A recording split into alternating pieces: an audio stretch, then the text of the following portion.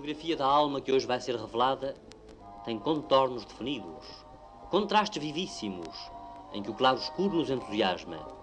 Espírito brilhante, cultura e perfeito domínio de uma técnica, sensibilidade admirável e, além de tudo, excepcionais dotes naturais que permitem esse divino dom que é o seu perfeito instrumento vocal.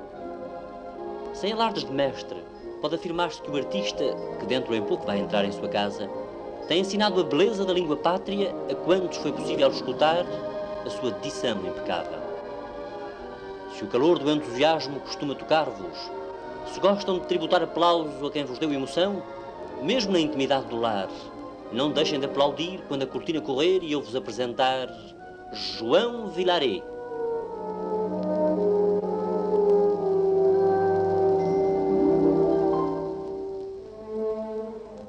João, se não te importas, vamos começar de uma forma tradicional nas nossas entrevistas. É que os nossos ouvintes são colecionadores de datas e gostam de saber sempre o dia do aniversário dos nossos artistas. Muitas vezes, até na altura própria, lembram-se e recebemos um telegrama de um ignorado, de um desconhecido. Não te importas dizer o dia do teu nascimento? Ora, é essa.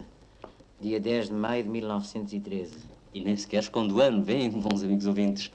1913. 41 anos. 41 anos. É verdade. Lindos 41 anos. Maravilhosos 41 anos, que ninguém dirá que são 41 anos. João, parece-me que realmente o teu início de vida, quer dizer, o teu início de carreira, não era dirigido para o teatro, pois não? Sempre foi dirigido para o teatro. Mas disseram-me que tinhas começado a estudar com outra Isso ideia. estudei muito mal. Porque eu sempre tive a ideia e nunca soube fazer mais nada senão teatro. Mesmo já em pequeno? É tanto assim que aos 14 anos abandonei os estudos para entrar no Conservatório Nacional de Teatro. Mas o teu pai gostava que fosse outra coisa. O meu pai, infelizmente, não soube ainda dessa minha decisão porque, quando ele morreu, eu tinha apenas 8 anos de idade.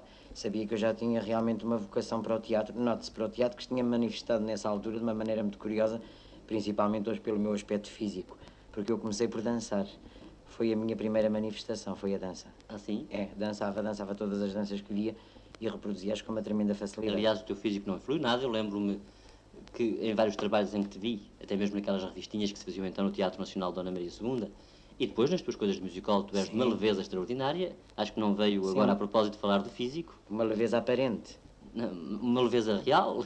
Real porque te mexes extraordinariamente bem. Sim, não há dúvida nenhuma, mas tu não calculas como é que eu fico depois dessas levezas. Realmente é assim. É. Portanto, foste para o conservatório com que idade? Eu não tinha ainda 15 anos, saí do conservatório com 18 anos. Chegaste a acabar o curso? Acabei o curso sem distinção, sem louvores e sem prémios. Ainda bem? Ainda bem, nem ainda mal. Não tenho hoje já a amargura, nem nunca a tive, de poder lembrar-me disso realmente com um aspecto desagradável da minha vida, porque realmente recebi o prémio cá fora. O melhor prémio? O prémio do agrado do público, com certeza que sim. Estreaste no Teatro Nacional? No Teatro Nacional, sim. Lembras-te em que ano? Em 1931. A tua memória, afinal, é um caso espantoso. Por quê? Toda a gente se admira quando tu fazes um recital que preenche um espetáculo. Como consegues fazer todo aquele trabalho sem ponto, sem pessoa que te esteja a ajudar? Até Sim, sem controle. Nesta peça que fazias agora, Esta Noite Choveu Prata, era uma coisa que admirava o público, é que realmente trabalhavas sem ponto. Eu não sei trabalhar com ponto porque acho que o ponto, de resto, ainda há pouco tempo houve uma artista, Germaine Monteiro, que esteve em Madrid, que se recusou a trabalhar Vi essa notícia com também. ponto. É. E eu acho que realmente nas condições de vida em que, por exemplo, o artista português trabalha, é muito difícil trabalhar sem ponto, visto que nós somos obrigados a mudar de cartaz com muita facilidade. E ensaiar uma peça em 8 ou E eu 10 não dias. posso censurar os meus colegas de não poderem prescindir desse auxílio, se bem que muitos deles sejam grandes profissionais e que estudem. Mas há também uma parte chamada de nervos, que obriga realmente a uma contenção tal, que se souberem que não está uma pessoa lá para, num caso desesperado, os salvar, isso ainda podia ajudar mais ao seu nervosismo. Eu é o contrário. Eu, se souber que tenho lá uma pessoa para me apontar, fico mais nervoso. De maneira que tenho que saber. Mas isso é uma questão idiosincrásica, não é mais nada. As tuas recordações. Lembras-te qual foi o trabalho de teatro que mais gostaste de interpretar? Isso sinceramente ainda parece-me que ainda não chegou. Tenho tido muitos trabalhos que me têm dado realmente uma grande satisfação artística e uma grande satisfação pessoal, mas ainda estão muito longe de ser aquilo que eu penso que possa ser, não é? Em todo caso, realmente houve 2 ou 3 trabalhos que eu gosto mais do que os outros. Não vale a pena estar a falar nisso. Não queres recordar? Não sei, Uma das talvez. tuas interpretações que melhor recordação te deixasse... Bem, ultimamente Esta Noite Choveu Prata foi talvez uma das peças que mais me tem realmente trazido verdade. satisfação artística, pela possibilidade até de representar 3 papéis na mesma peça, não é? Sim. Mas, por exemplo, há outras que eu não posso esquecer, por exemplo, Cadáver Vivo, onde eu tive o prazer de colaborar. E Aliás, outra que eu também trabalhei contigo, que também foi um grande sucesso nosso, e da Maria Lalanda, Miss Bá. É verdade que sim. E foi realmente uma das obras de conjunto de interpretação mais dignas que se têm feito no teatro português. Aliás, parece-me que a melhor companhia dos últimos anos. Sem dúvida. Realmente Eram os foi. nossos comediantes de Lisboa. Pena não terem desaparecido assim. Pois é, mas o que é que a gente vai fazer? Não podemos passar a vida Pois, a chorar o leite derramado, como dizia a Eva Todor. Olha, João, há um curioso aspecto que eu gostava de focar. Tu, evidentemente, podes considerar-te, com toda a justiça, como o ator com maiores possibilidades para qualquer género. Em todo caso, gostaria de saber se te sentes melhor num ou noutro género. Quer dizer, preferes ser recitador, preferes ser artista de musical, preferes trabalhar numa companhia em conjunto, ou no fundo gostas de trabalhar aqui e acolá e variar constantemente, Bem, sem uma preferência nítida?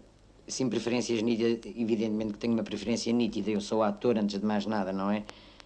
Essa parte minha de artista de musical e de recitador não são mais que subdivisões de uma maternidade artística que é o ator. O ator, desde que é ator a própria palavra o diz, tem que ser um ser muito adaptável e um ser que tem que trabalhar em muitos géneros.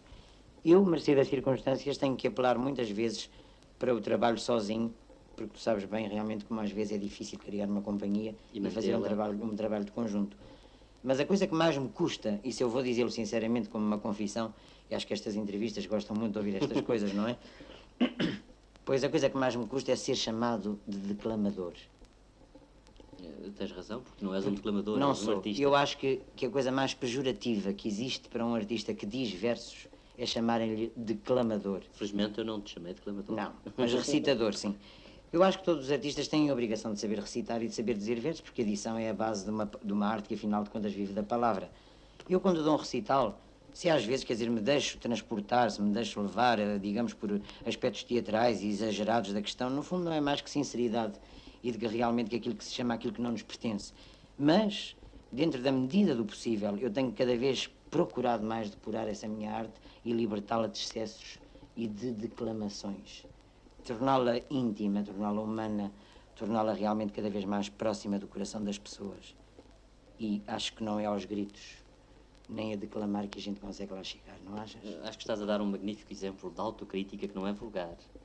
Realmente um ator consegue chegar a essa conclusão e fazer a crítica de si próprio, atingiu uma altura na sua carreira que é muito de aplaudir. Verifico exatamente que estás no melhor caminho possível a condizer de forma clara com todos os êxitos obtidos.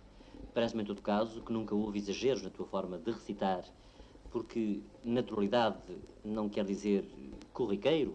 Quando somos naturais, e tu sabes isso muito bem, não podemos esquecer a forma de interessar o público, e era essa, aliás, e continua a ser, com certeza, a tua forma.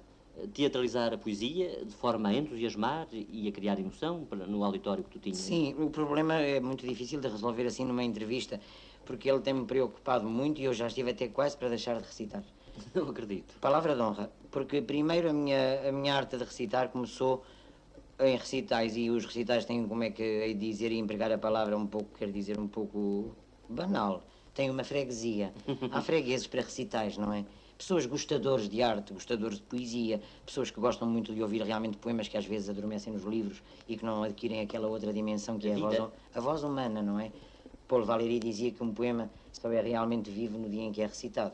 Isto dá-se com muita poesia, com outra às vezes eu acho que nem se lhe deve tocar por respeito, porque é tão íntima, tão pura, que eu às vezes acho, e de resto nos meus programas sempre procuro fazer isso. Nunca exagerar, quer dizer, a escolha. Eu vou direto aos poemas e aos poetas que eu acho que são recitáveis, porque há muita alta e grande poesia que não é recitável.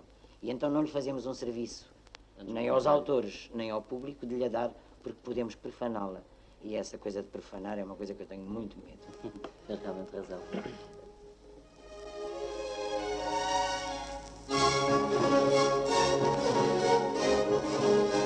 João, continuamos esta conversa que está a ser adorável para aqueles que nos escutam e que não fazes ideia o que isto representa em repercussão, porque há milhares e milhares de pessoas que estão neste momento bem perto do receptor a ouvir todas as palavras que tu dizes.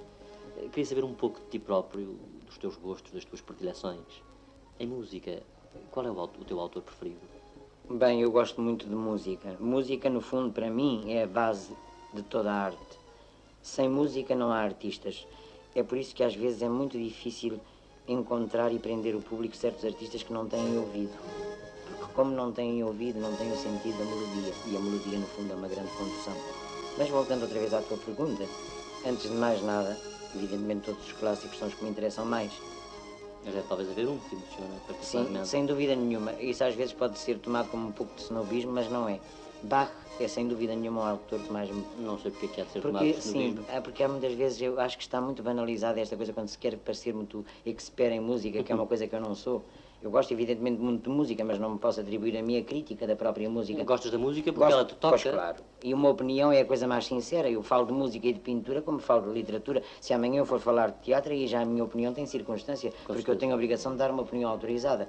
Quer dizer, eu agora a falar de música estou a falar positivamente no plano de vista do senhor que gosta de música e de mais nada. Mas Pois é esse Bach, o mais sincero. exatamente. Bach, Mozart, Debussy, Bela Bartók entre os modernos, Sim. Stravinsky, o grande Manuel de Falla e, meu Deus, tantos e tantos outros. Olha, há um que eu não gosto muito e, sinceramente, eu vou dizer, é Chopin. Demasiado... Não sei porquê, não sei porquê, não posso explicar. Não falaste da Beethoven. Ah, sim, mas Beethoven é um deus da música e um gênio que não se pode discutir, não é? Evidentemente, Achaste não é... bem que eu te recordasse Sim, Beethoven? mas não é por isso, é que eu também vou dizer sinceramente, não é o músico que mais me toca, se bem que seja um músico que tem a minha inteira admiração, sobretudo pela mensagem tremenda que a sua obra deixou ao mundo, sem dúvida nenhuma. E com aquela sua quinta sinfonia que atingiu A quinta e a culminação. nona e todas, todas. não se pode estar a especificar. João, desculpa agora esta pergunta, que parece que não vem nada a propósito. Qual é a falta humana em que tu tens mais tendência para perdoar? É complicado. Bem, é complicado e vou dizer uma coisa. Eu que tenho tantas faltas humanas, meia culpa, acho que nós humanos só devemos realmente procurar compreender as faltas dos outros. E não ter uma especialidade de realmente dizer aquela é que eu acho que é mais fácil de perdoar ou aquela é mais difícil. Todos nós temos muitas faltas. E acho que a melhor maneira de perdoar aos outros é reconhecê-las em nós. Realmente é assim. Qual é o teu herói literário? Esses heróis literários tenho muitos, não há dúvida Mas nenhuma. tens uma admiração superior. Mas herói literário quer dizer dentro do ponto de vista de criação De do ficção, autor? de criação do autor, de ficção. Não sei, mas é tão difícil, há tantos que me têm tocado. Não sei, algumas personagens do Dostoiévski, tantas e tantas figuras de Balzac, tantas e tantas figuras do Marcel Proust, de La Recherche du Temps Perdu, tantas na obra do Essa de Queiroz, de Camilo. Quer dizer, em todo caso, gostaria, para dar a entender bem ao nosso ouvinte um bocadinho da tua sensibilidade, se te inclinarias mais para um Dom Quixote ou se, pelo contrário... Para o Sancho Panza, com certeza que não. Para o Sancho Panza, se posso já arrumar as malas, porque não? Mas agora o Dom Quixote, sim, é uma figura extraordinária. Mas olha, por exemplo, vou-te dizer, na ficção literária, aqui está... Ela não é uma... o Hamlet. Não, o Hamlet não, mas, por exemplo, dentro do plano de vista português, bem sei que não é uma criação propriamente de um romancista, é uma criação da tradição e do povo, mas, por exemplo, uma figura extraordinária para mim é o Bandarra. Sim, excepcional, de crítica. Sim, uma figura extraordinária e que eu tenho pena que realmente um grande poeta, um grande dramaturgo ainda não a tivessem tratado. E saindo do domínio da ficção, um herói da vida real, um herói da história, que te tenha fixado, pelo qual tenhas uma admiração? Isso de heróis da história... Não sei, tenho a impressão que é tão difícil a gente realmente escolher. E quando digo herói, julgar. evidentemente, não estou a referir-me a atos de heroicidade pura. Podes considerar herói, que sei lá, um Pasteur, um Einstein. Mas então nós temos uma história tão cheia de heroísmos, tão cheia de belezas, não é? Tantos heróis que tivemos na nossa história, não sei. Não te queres debruçar sobre um? Não vale a pena agora estarmos a falar disso. Com certeza que sim, João.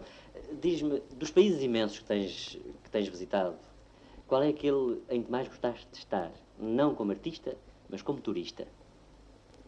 Bem, um dos que mais me impressionou foi, sem dúvida, a Itália. Aí realmente é o teu Acho que a Itália realmente, sim, acho que a Itália é realmente um país extraordinário. Em cada recanto um motivo histórico. Eu gostaria muito de poder estar muito tempo na Itália, porque acho que realmente, de resto, Diaghilev, que como tu sabes foi um artista espantoso, sem fazer nada, fazendo tudo, não é? Ele ainda, por exemplo, há pouco tempo eu estava a ler um livro do Serge Liffard que se chama 6 ans avec Diaghilev, e em que ele diz esta coisa extraordinária. Quando o Diaghilev sentia qualquer coisa de arte num dos seus artistas, qualquer possibilidade de grande criação, a primeira coisa que ele lhe fazia era mandá-lo fazer um estágio na Itália. E que belo estágio. Principalmente Veneza, Florença. Admirável, Florença. Roma, enfim, toda aquela Itália maravilhosa, não é? E ele sentia como necessidade, quer dizer, como necessidade de contacto, de património, De moldagem. de moldagem, não é verdade? Ele sentia que era preciso que os artistas estivessem ali em contacto com a beleza extraordinária, e é por isso que o povo italiano é tão extraordinário, porque é impossível realmente não ser eufórico, simpático, como eles são comunicativos, com tanta beleza à sua volta. Só assim é que se consegue realmente ressurgir de coisas tão dramáticas como a Itália Sim, tem e passado. sair bem das E suas sair crises. bem, sair cada vez mais maravilhosa. Nós temos hoje em vista o que é a moderna arte italiana, por exemplo, o cinema italiano, que tem estado a dar uma lição ao mundo de beleza, de E mesmo aos humanidade. próprios americanos. E de que maneira? Bem, os americanos aqui para nós sempre tiveram muito que aprender, não é? Aliás, parece-me até que a indústria cinematográfica americana foi sempre feita à base de estrangeiros importados. De importação. Os americanos têm o seu valor, por exemplo, têm o valor de contarem com um público enorme, de contarem realmente com uma força extraordinária que é o dólar e dessas coisas todas. Mas, meu Deus, nós sabemos bem quantos artistas foram para a América e que venderam a alma ao diabo. O diabo me desculpe. João, queres recordar aquele momento que te agradou mais na tua vida de artista até hoje? Será possível?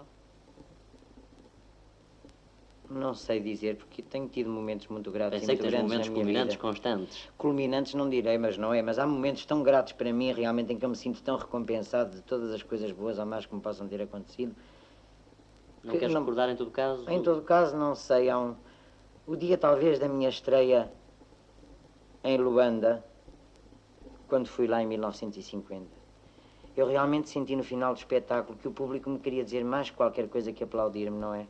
Sentia que eu lhe levava qualquer coisa de muito íntimo, de muito nosso, não é?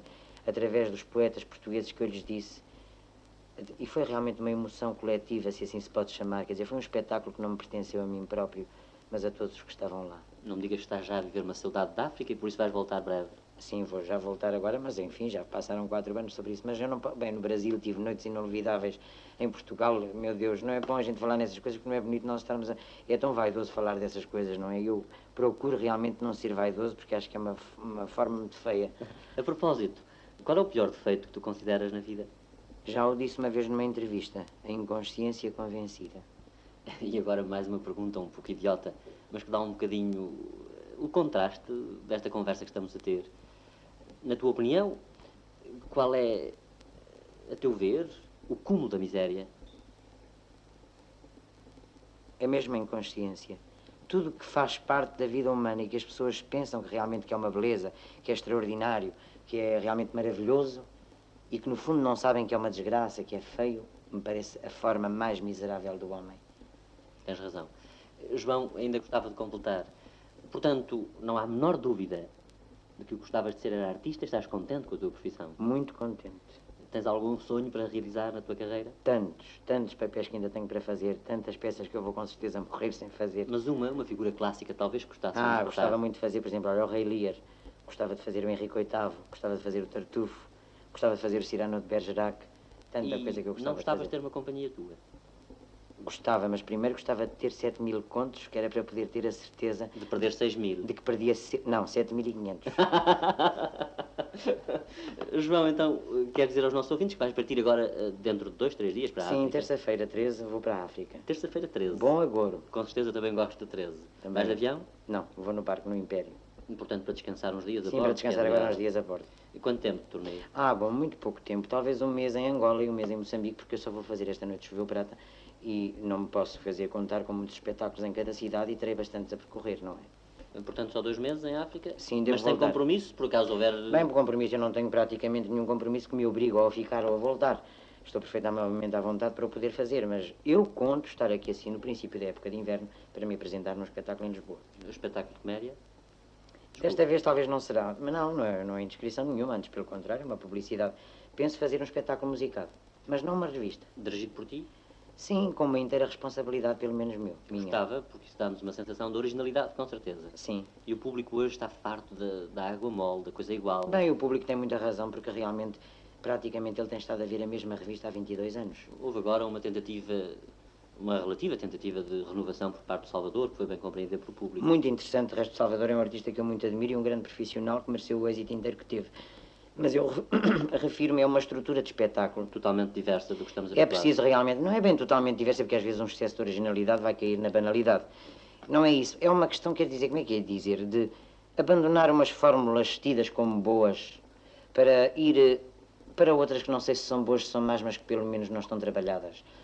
A revista portuguesa precisa de uma convulsão, chamemos-lhe assim, como há 28 anos teve, quando Amarante pela primeira vez pôs a água a pé no Teatro Avenida. E ficou um ano em cena. E que foi, ainda hoje estamos a viver, quer dizer, hoje as revistas que nós vemos, no fundo, é a água a pé. É a linha geral. É a linha seguida. estabelecida por aquela revista que trouxe de novo o bailado, trouxe o figurino, trouxe a arte do Francis, trouxe um músico que hoje é o Frederico de Freitas, trouxe um figurinista como José Barbosa, enfim.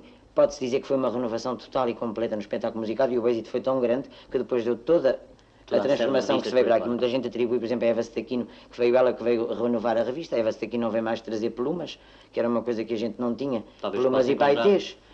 Posso encontrar um pouco de tentativa de renovação de parte do Piero. Sim, o Pierre foi realmente um elemento extraordinário e que também muito se sacrificou e que muito amou o teatro português, coitado, que teve muito má paga com isso, porque a vida não lhe correu bem. E, aliás, não tinha talvez o equilíbrio comercial indispensável. Mas isso, a um artista nunca se pode pedir um equilíbrio muito comercial, Exatamente. porque isso acho que não está muito certo. Às vezes, enfim, há artistas que têm realmente as duas modalidades, mas eu não acho, porque conheço tantos grandes artistas lá fora e com possibilidades extraordinárias, quer dizer, de ganhos que nós não temos cá, e que de vez em quando também têm momentos muito amargos na sua Chegaste a vida. fazer no Brasil a peça Esta Noite Choveu Prata? Não cheguei. Não tencionas fazê-la lá?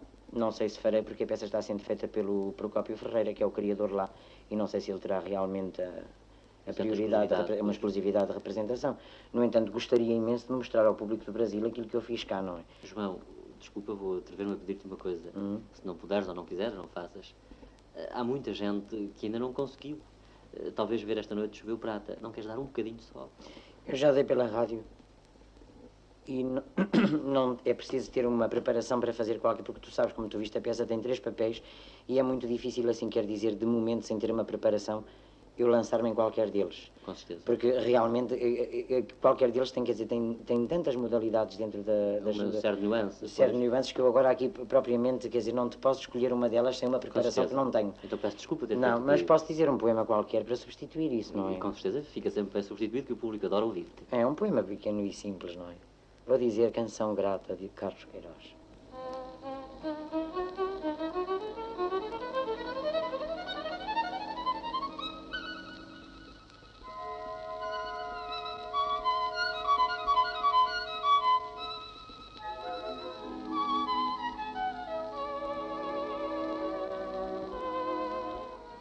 Por tudo que me deste, inquietação, cuidado, um pouco de ternura é certo, mas tão pouco. Noites de insônia pelas ruas como um louco. Obrigado. Obrigado. Por aquela tão doce e tão breve ilusão, embora nunca mais depois que a vi desfeita, eu volto a ser quem fui. Sem ironia. Aceita a minha gratidão. Que bem me faz agora o mal que me fizeste.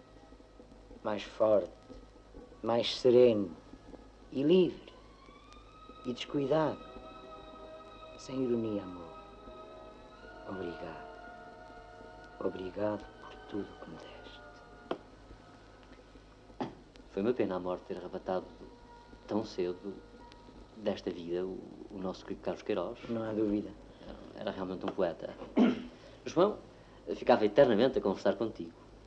Tenho a impressão que vamos ter imensos ouvintes que vão gostar de te ouvir, que vão adorar escutar-te. Mas há um ouvinte que vai gostar mais de qualquer outra. Quem é? A tua mãe. Que neste dia, naturalmente, em que vai a nossa entrevista para o ar, já não estás em Lisboa e para ela será uma grata recordação, mais um momento em que tens junto dela ouvir-te através dos companheiros de alegria. Ai, muito obrigado por essa ideia, porque realmente é uma ideia que me toca muito. E eu gosto muito da tua mãe. Portanto, aqui a saudamos os dois, não é verdade? É. João, boa viagem, bom êxito e manda um postal para eu dar notícias tuas aos nossos Está certo, obrigado.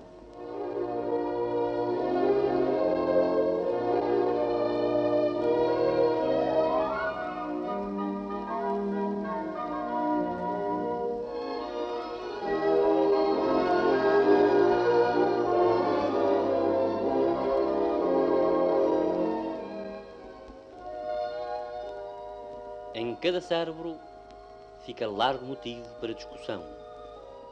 A elasticidade do espírito de João Vilaré, hoje traduzida em imagens radiofónicas, foi motivo de agradável prisão junto do receptor de rádio.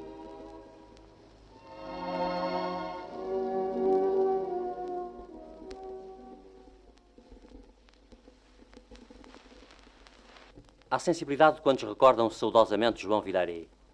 e à curiosidade estudiosa dos que se interessam pelo doloroso ciclo evolutivo dos últimos anos de vida do grande artista, oferece neste disco, em complemento da entrevista, a gravação de momentos culminantes da festa de homenagem realizada no Teatro de São Luís em 1960.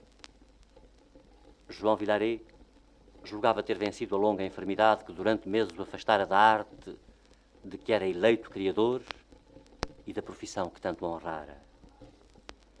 Era necessário restituir-lhe a confiança em si próprio, demonstrar-lhe que continuavam intactos o entusiasmo e a dedicação do público que sempre lhe dispensou a mais entusiástica admiração. Daí a iniciativa da festa da homenagem, onde se entregaram as insígnias da Comenda da Ordem de Santiago, com que havia sido agraciado com a maior justiça. O Teatro de São Luís, totalmente repleto, viveu uma das suas noites mais vibrantes.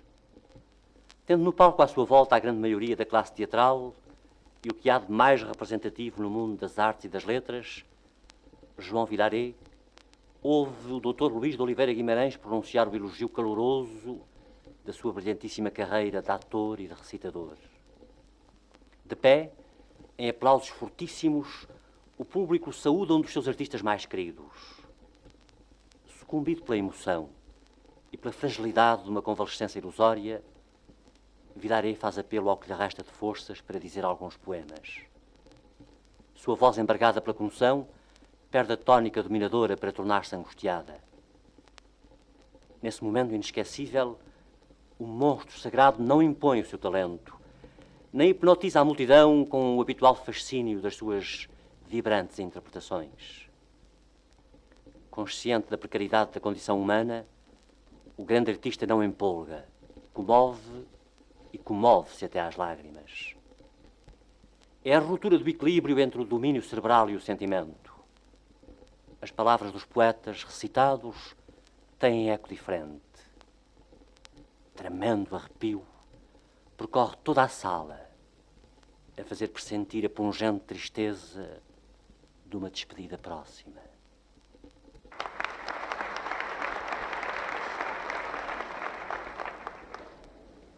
Foi-me atribuído neste ato o papel de saudar, em nome dos autores, o festejado desta noite, João Henrique Vilaret.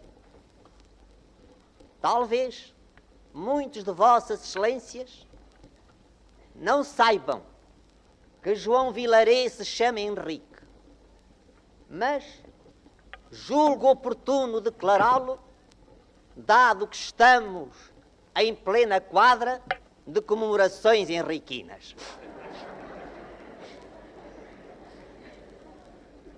Este ato de consagração não pode deixar de ser agradável a todos e designadamente aos autores, a quem nunca são indiferentes os êxitos e as glórias dos seus intérpretes. Nasce-se autor e nasce-se ator. Não é autor nem ator quem quer. É preciso que Júpiter tenha dado essa costela de ouro. João Vilaret nasceu ator. Aos 5 anos já representava. O seu curso do liceu foi, como ele próprio diz, com certo dublessan, um curso essencialmente dramático. Depois, ingressou no conservatório, onde conquistou o seu diploma de artista. É, porém, no palco que os atores prestam as suas provas ante esse grande mestre que é o público. E logo, nas primeiras provas prestadas por João Vilaret, interpretando a figura de Fernão Vasques, de Leonor Teles, de Marcelino de Mesquita, João Vilaret permitiu que nós adivinhássemos a bela carreira que ele efetivamente veio a ter. desde essa noite, no Nacional, há 29 anos, como o tempo passa. João Vilaré, em quantas peças, do drama à comédia, da opereta à revista, quantas peças, quantos recitais em que a poesia disse-se transformada em ação, e quantos êxitos. É essa carreira excepcionalmente brilhante que se quis agora assinalar, concedendo-lhe a comenda da Ordem de Santiago, que dentro em pouco a nossa querida e gloriosa Palmira Bastos vai colocar-lhe ao peito. Minhas senhoras e meus senhores, quando há tempos Félix Bermudes foi condecorado pelo governo com uma comenda semelhante a esta, Félix Bermudes perguntou ao amigo que jubiloso lhe levara a notícia: a comenda de Santiago para mim, mas porquê, se eu nunca combati os moiros? De facto, quando falamos em Santiago, vem-nos logo à lembrança os combates contra os infiéis. Mas há, minhas senhoras e meus senhores, várias espécies de infiéis. E uma das maneiras de os combater é pela arte e pela literatura. Por isso, fica bem, no peito dos artistas e dos escritores, as insígnias de Santiago. João Vilaré tem sido um intrépido combatente nesta luta contra os infiéis. Porventura, desmentindo a teoria daqueles que afirmam que os bons combatentes de uma causa devem ser magros. Em todo o caso, é conveniente esclarecer Vossas Excelências que João Vilaré era magríssimo. Um belo dia, ou por outra, um mau dia, teve uma doença que o obrigou a um longo período de repouso. Foi nesse período de repouso que lhe aconteceram dois factos memoráveis. Leu o primo Basílio e engordou.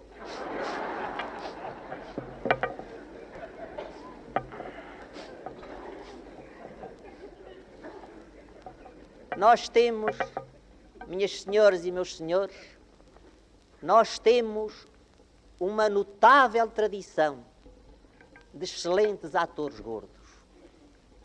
Lembremos-nos de Augusto Rosa, de Chabi, de Joaquim Costa, de Augusto de Melo, do velho Cardoso do ginásio. Dir-se-ia que o destino, engordando João Vilaré, quis que ele continuasse esta robusta e brilhante tradição. Aqui lhe trago, meu caro João Vilaré, as saudações dos autores, não apenas dos autores teatrais, mas daqueles autores cujos versos, a sua maravilhosa arte de declamador, tem espalhado por toda a parte, como quem espalha abraçadas de rosas.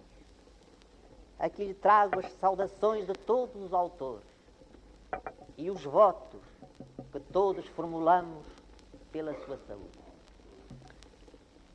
Minhas senhoras e meus senhores, dizia Dom João V que não havia festividade se não tivesse sacerdote e bênção divina. Para nada faltar a esta festa, ela até tem um sacerdote. o doutor Raul Machado, que ele nos lança a sua bênção. Mas, qualquer que sejam as bênçãos ou as homenagens que se prestem a um ator, nenhuma dessas homenagens pode comparar-se àquela representada pelas palmas do público. Meus senhores e minhas senhoras, de pé, uma salva de palmas a João Vilarés.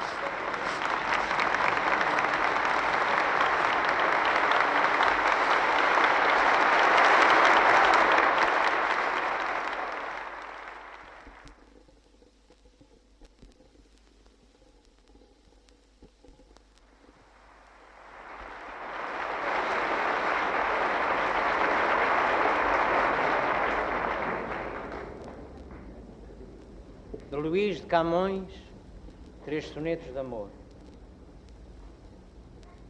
7 anos de pastor Jacó servia, amor é um fogo que arde sem se ver, e a alma minha gentil que te partiste. Amor é um fogo que arde sem se ver, é ferida que dói e não se sente, é um contentamento descontente, é dor que desatina sem doer. É um não querer mais que bem querer. É solitário andar por entre a gente. É um não contentar-se de contente. É cuidar que se ganha em se perder.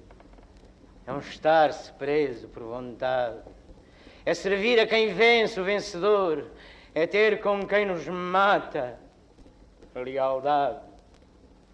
Mas como causar pode o seu favor nos mortais corações? Conformidade, sendo assim tão contrário mesmo amor. 7 anos de pastor Jacó servia Labão, pai de Raquel, serrana dela, mas não servia ao pai, servia a ela, que a ela só por prémio pretendia. Os dias, na esperança de um só dia, passava contentando-se com vê-la, porém o pai, usando de cautela, em lugar de Raquel, lhe dava Lia. Vendo o triste pastor que com engano assim lhe era negada a sua pastora, como se a não tivera merecida, começou a servir outros 7 anos, dizendo: mais servira se não fora para tão longo amor, tão curta a vida. Alma minha gentil, que te partiste tão cedo desta vida descontente, repousa lá no céu eternamente, herida eu cá na terra, sempre triste. Se lá no assento etéreo onde subiste, memória desta vida se consente, não esqueças nunca aquele amor ardente que já nos olhos meus tão puro viste.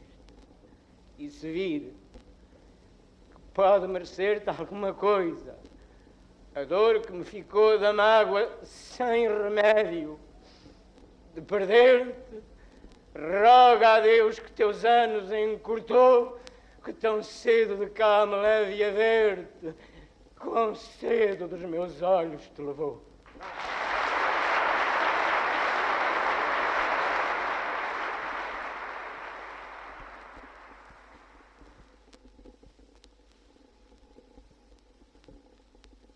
De Ribeiro Couto, menina gorda. Esta menina gorda, gorda, gorda, tem um pequenino coração sentimental. Seu rosto é redondo, redondo, redondo. Toda ela redonda, redonda, redonda. E um zoinho estão no fundo a brilhar. É menina e moça. Terá 15 anos. Umas velhas amigas de sua mamãe dizem sempre que a encontram no êxtase longo. Como esta menina está gorda, bonita. Como esta menina está gorda, bonita. E ela ri de prazer. Seu rosto redondo esconde um zoinho no fundo a brilhar. Às vezes no quarto, diante do espelho, ao ver-se tão gorda, tão gorda, tão gorda, ela pensa nas velhas amigas de sua mamãe e também no rapaz que a olha sorrindo quando toda manhã ela vai para a escola. Ele gosta de mim. Ele gosta de mim. Eu sou gorda, bonita, e os dedos gordinhos pegando nas tranças têm carícias ingênuas diante do espelho.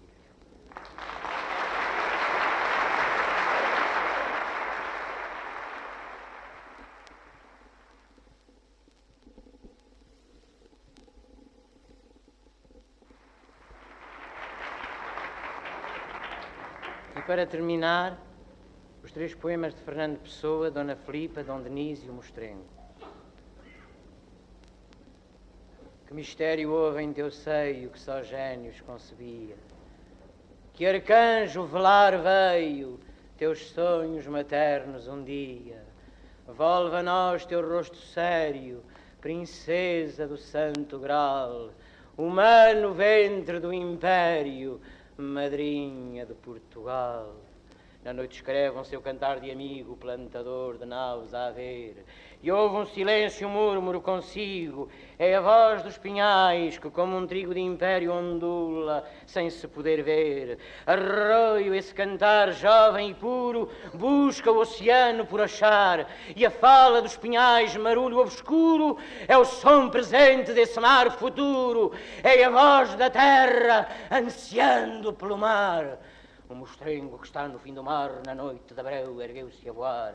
À roda da nave voou 3 vezes a chiar e disse: quem é que ousou entrar nas minhas cavernas que não desvendo, meus tetos negros do fim do mundo? E o homem do leme disse tremendo: é o rei Dom João II.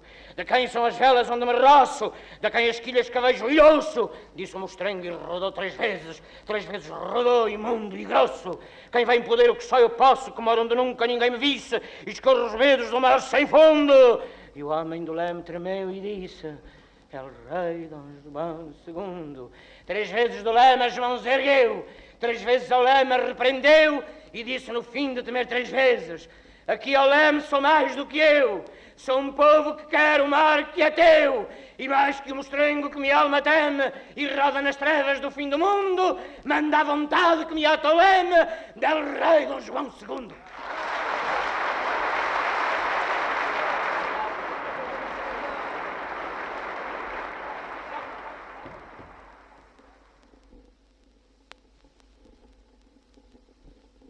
Estou muito cansado, mas vou-lhes dizer mais um soneto. De Manuel Bandeira.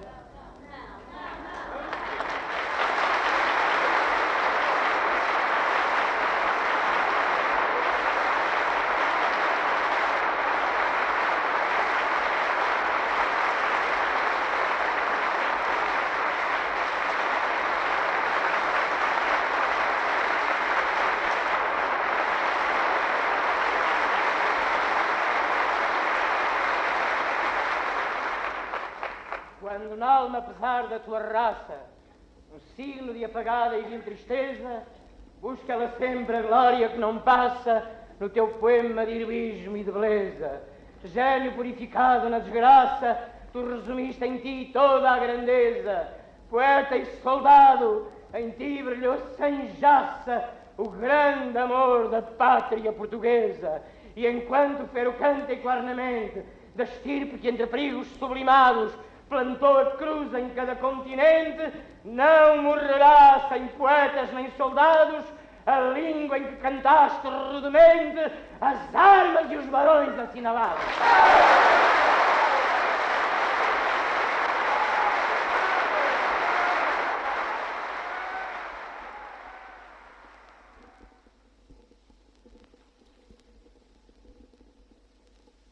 Minhas senhoras e meus senhores,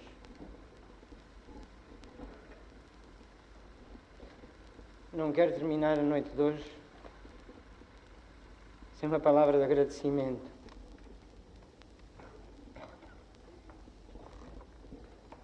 Agradecimento ao Sr. Ministro da Educação Nacional e ao Governo Português que me deu esta condecoração. Agradecimento ao Cenáculo Tábua Rasa pela oferta deste colar e pelo interesse que manifestou para que ela me fosse dada. Agradecimento à gloriosíssima Palmira Bastos, que acaba de me dar. Agradecimento a todos os colegas queridos que vieram junto de mim, a todos os elementos da rádio, da televisão, do cinema, escritores, autores que estão presentes.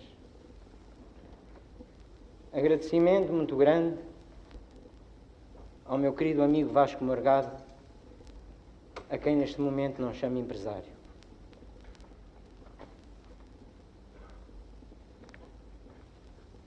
E permitam-me que destaque a presença de alguém que me ensinou, da Amélia Rei Colasso.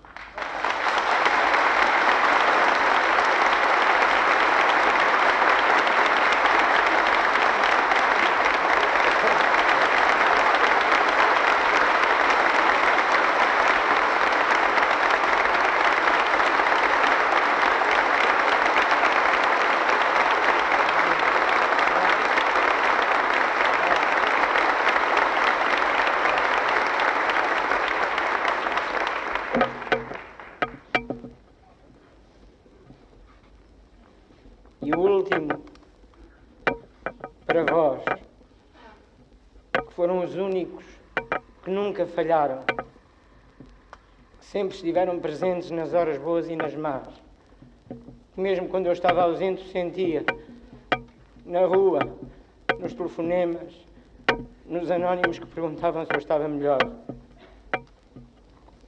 Para terminar, dir-lhes-ei estes versos de Olavo Bilac que ele escreveu aos seus amigos.